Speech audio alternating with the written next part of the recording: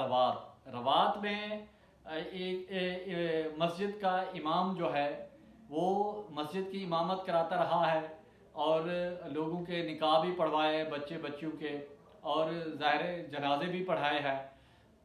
तो उसके बारे में जब वो ये सिलसिला चलता रहा तो एक दिन उन्होंने अपने जो नमाजी थे या जो मस्जिद के मुतवली और दीगर जो लोग थे महल्ले के, उनसे कहा कि मैं आउट ऑफ कंट्री जाना चाहता हूँ, तो आप लोग मुझे इजाज़त दें। तो उन्होंने बड़े अच्छे तरीके से, बड़े इज़्ज़त और एहतराम के साथ उसको रवाना किया। और जब कुछ अरसे बाद उन्होंने देखा कि एक ख्वाजा सरा है भीख मांग रहा है। जब उन्होंने करीब से देखा, जो आदात से देखा, तो वो ये वही ख्वाजा सरा था जो इमाम मस्जिद था। तो जब उनके उस हवाले से मज़ीद उन्होंने तहकीकात की या उसका जो एंड तक पहुंचने की कोशिश की, तो फिर उनको मुख्तलिफ उससे उनको पकड़ के उन्होंने जब चेक किया तो वो वाकई ख्वाजा सरा था। तो इस हवाले से उन्होंने थाना रवात में एक दरख्वास्त भी थी, एफआईआर का इंदराज करवाया और वो जुडिशल रिमांड पे चला गया और उसका नाम था गुलजहान। और वो ख्वाजा सरा यहाँ पर इमाम मस्जिद रहा थाना रवात में और ज़ाहिर वो इमामत कराता रहा।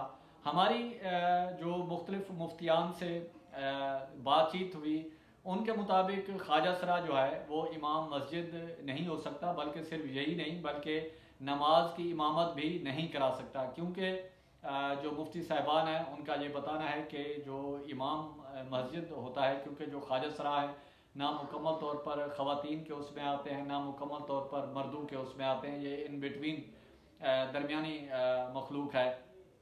तो इस हवाले से जो लोगों के लिए भी, वहाँ के जो अहले इलाका हैं उनके लिए वो बड़े परेशान हैं, उनके लिए लम्हा फ़िक्रिया है। जो उन्होंने नमाज़ें पढ़ी उनका क्या होगा, लेकिन वो तो अल्लाह ताला नमाज़ों के भेद जानता है, वो रब की रज़ा के लिए लोग नमाज़ पढ़ते हैं। अल्लाह ताला तो लोगों के दिलों तक के राज जानता है।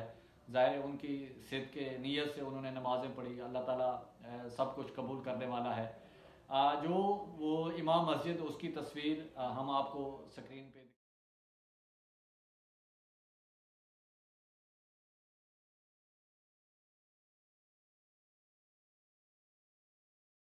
आपने, और जो एफआईआर का इंदराज कराया गया है थाना रवात में, वो भी आपने स्क्रीन पे देखी।